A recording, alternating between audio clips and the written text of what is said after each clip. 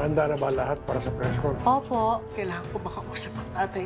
Nakasalalay sa akin ang kaligtasan ni Tanggol. Importante na makausap ko si Don Gustavo. Sabihin niyo, si Marites Asuncion de Magiba ang gusto ko mausap sa kanya. Totoo ang sinasabi niya. Si Roberto ang nag-utos sa pagpapasabog sa meeting ni Avance. Siguraduhin niyo, malinis ang trabaho. Ibig sabihin, nasa panganib ngayon ang buhay nila Fatima. Kapag nakita niyo mga Benito, iligpit sila lahat. Kailangan nyo talaga umalis eh. May mga armadong lalaki naghahanap sa inyo. Maling! Tigil! Ito ko niyo! Mukhang nakakaputo ka na. Makabuti pa, pag-iwalay-iwalay tayo. Tara!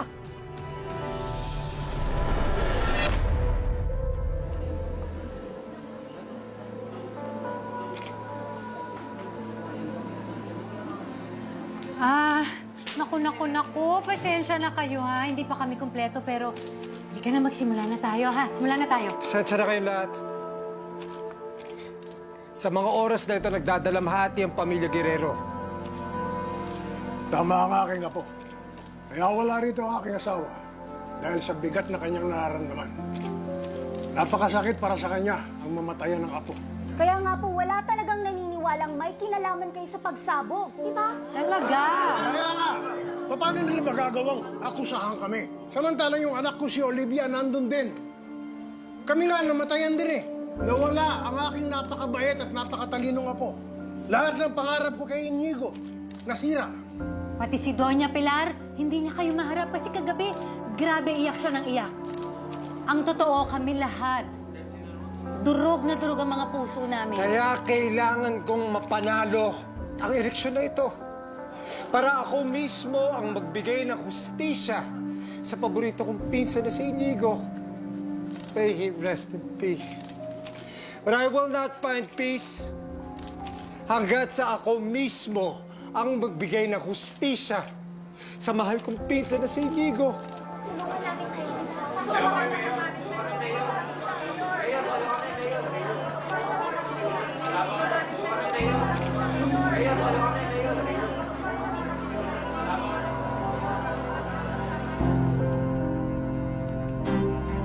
Alis na!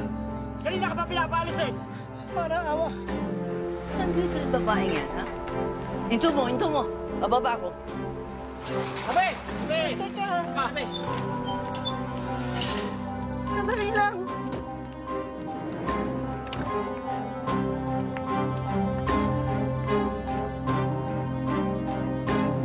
Doña Pilar, Anong ginagawa mo rito sa pamamahay ko, ha? Doña Pilar, Dali! parang awa niyo na. Kailangan ko lang makausap si Don Gustavo. Parang awa niyo na. Marami tayong kailangan bagay na ayusin sa mga pamilya natin. Ayusin o manggulo, ha? Hoy! Palabasin ang bastardong yan. Palabasin! Tara na! Malis ka na! Hindi, teka lang. Doña Pilar, Tulad ka lang, ina mo, walang iya, labas! wala ho ako plano manggulo. Doña Pilar, parang awa niyo na. Diyan ka lang! Pabayaan niyo lang ako kausapin si Don Gustavo. Parang awa niyo na. Walang makikipag-usap sa'yo dito! Kakagulo po sa gate. Meron po ng babaeng dumating doon at inaaway ni Doña Pilar. Ano? Lolo! Don Gustavo. Kitang-kita nyo naman, hindi pa nila kayang umarap sa mga tao. Sobra-sobra yung pagdadalamhati nila. Kaya dito na lang muna tayo, ha? Maraming salamat sa pagdating ninyo. Salamat sa oras ninyo. Sandy, bigay mo na yung patente nila. Tapos, kung lalabas na sila, pagtapos na, dun mo sila sa likod palabasin, ha? Ikaw nang bahala. Pasensya na po sa inyong lahat. Mayor Miguelito Guerrero po for Mayor. Maraming salamat po. Meron mo tayong pamerienda dito sa likod. Palisin yung bastardang yan! Dali! Dali! Alis ka na! Sandali lang. Sandali lang. Doña Pilar, sandali lang. Alis na! Alisin nyo nga yan!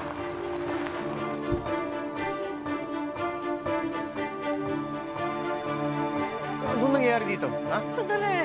Ano to? Ano to? Sandali lang. Huwag kang makialam dito, Roberto! Huwag kang makialam! Mama, sino ba itong babae na to? Bakit siya tinatrato na ganyan? Baka wala yata ng kalaban natin. Lumabas ka na! Sorry. Hindi ko totoo yan. Mayor, Mayor, nandito lang ako. Hindi ako manggugulo. Kailangan ko lang makausap ang papa niyo, si Don Gustavo. Yun lang ang bakit ko. Kamaniwala sa kanya. Ayusin ko nga ito, Mama. Miss, medyo sa mga paramdam ni Mama at wrong timing to. Siguro mas mabuti, bumalik na lang kayo sa pang-araw. Ngayon, nakikiusap ako. Kailangan ko lang talaga makausap ang papa niyo, si Don Gustavo. Kahit sandali lang, oh. Importante lang, Mayor. Kamaniwala sa kanya. Umalis ka na! Mama, ano ba talagang pakay ninyo?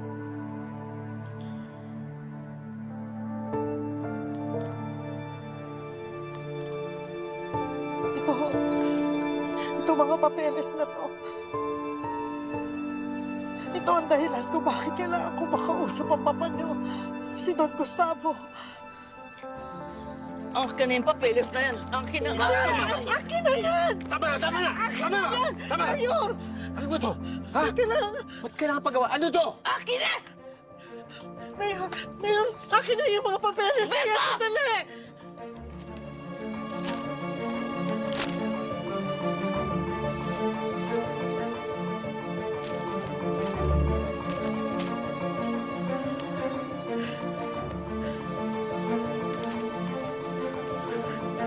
Mga titulo ng property namin sa Quiapo to, ha? Bakit nasa iyo? Bakit hawak mo to?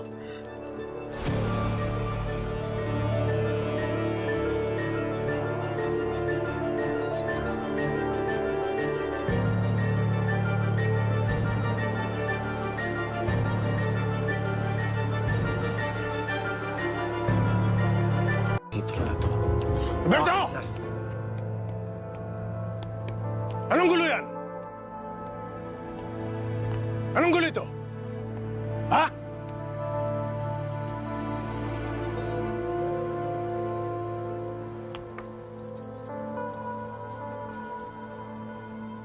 Namumukhaan kita.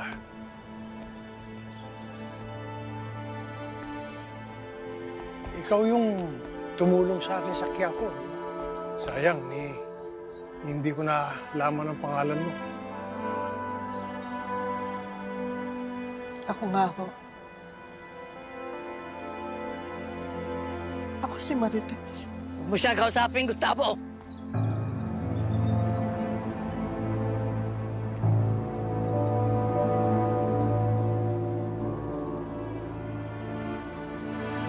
Ang tagal ko nang hinangad na makita kita uli.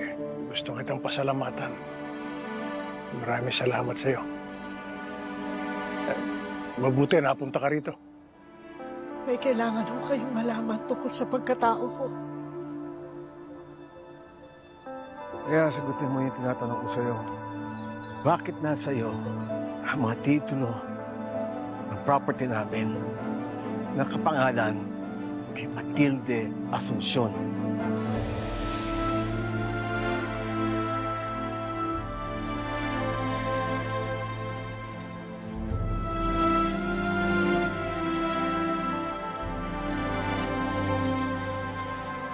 Kaano-ano mo si Matilde?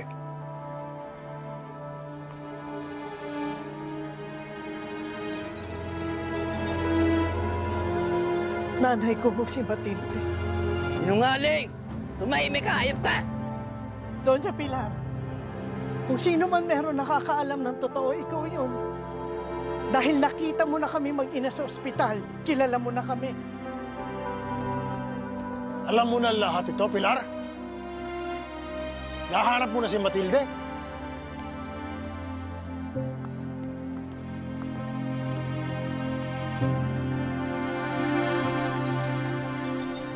Nasaan ang nanay mo? Hindi niya ho alam na nahaharapin ko kayo ngayon. Kailan ko lang din nalaman ang totoo, ang buong katotohanan tungkol sa pagkatao ko.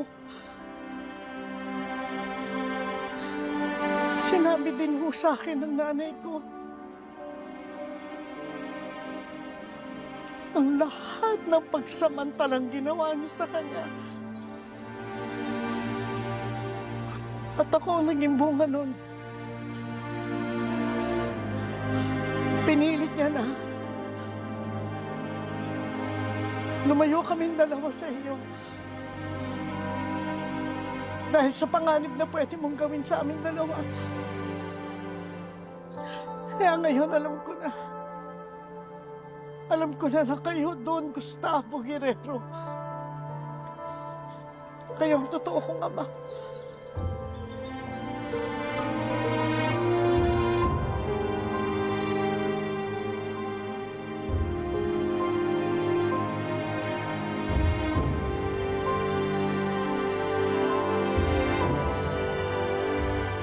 Kahit tagal ko kayong hinanap, hindi ko alam kung buhay pa kayo. Salamat at nagkita tayong muli. Matagal ko rin hinahad na maramdaman ang yakap ng isang ama.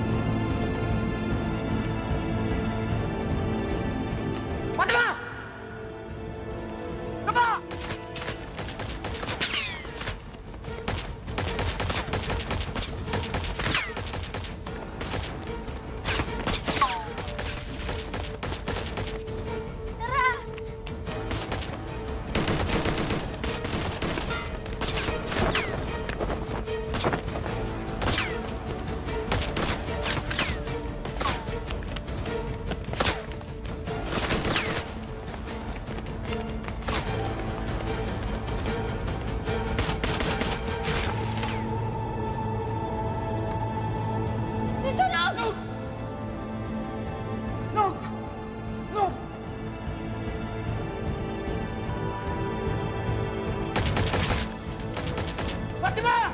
Tumakbo ka na! Fatima, iligtas mo ang sarili mo!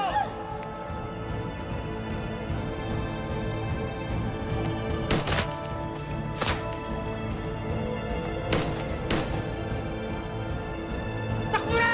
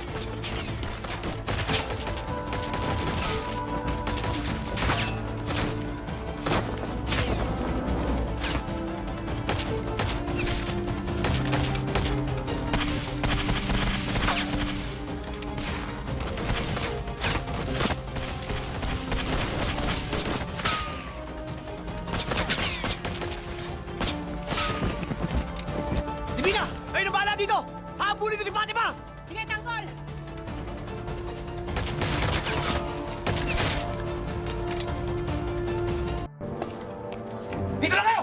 Habulin si Fatima!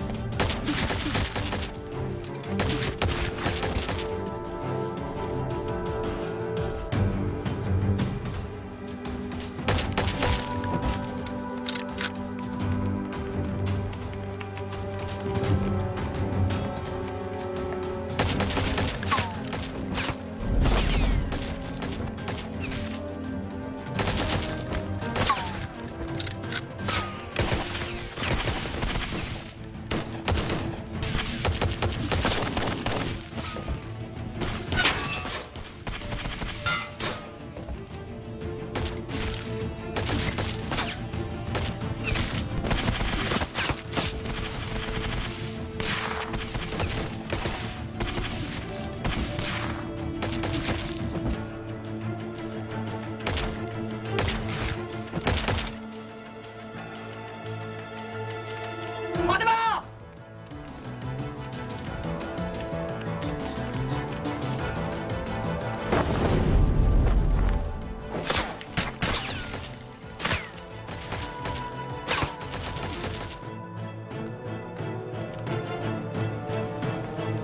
Hiwa-hiwalay tayo! Doon kayo!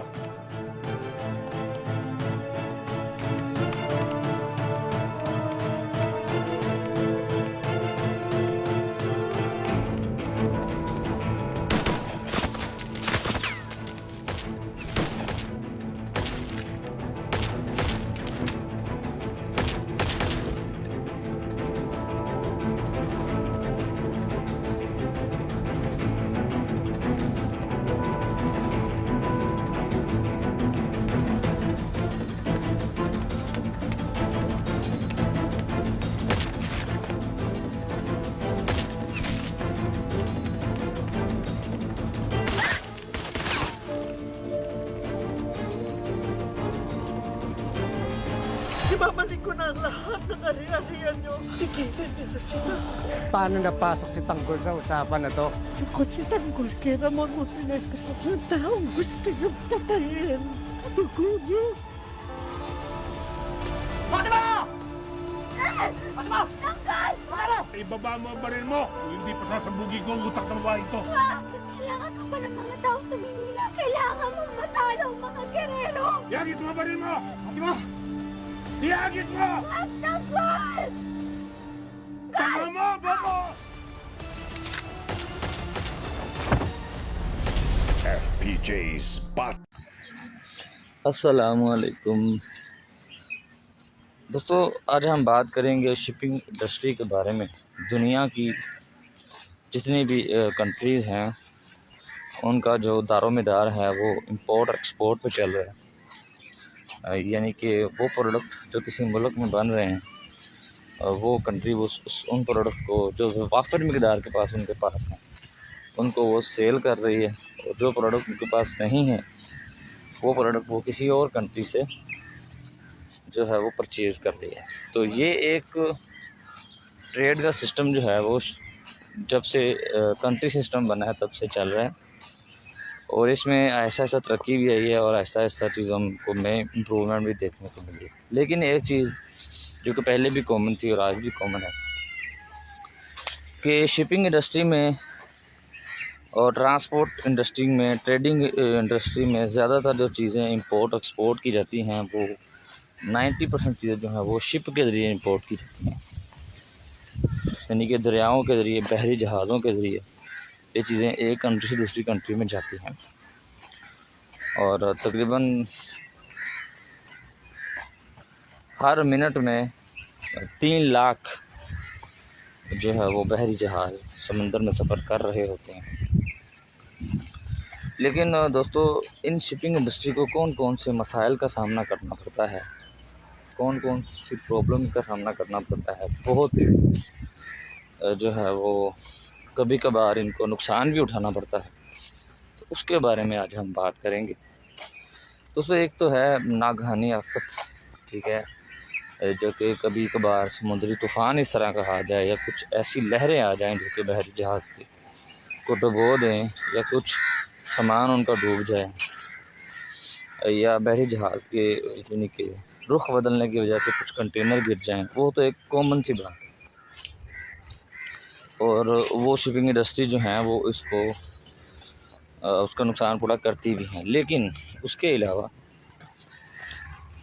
Shipping industry में जो रास्ते में जो लोग उन पर कब्ज़ा करते हैं और उनका सामान चोरी करने की कोशिश करते हैं,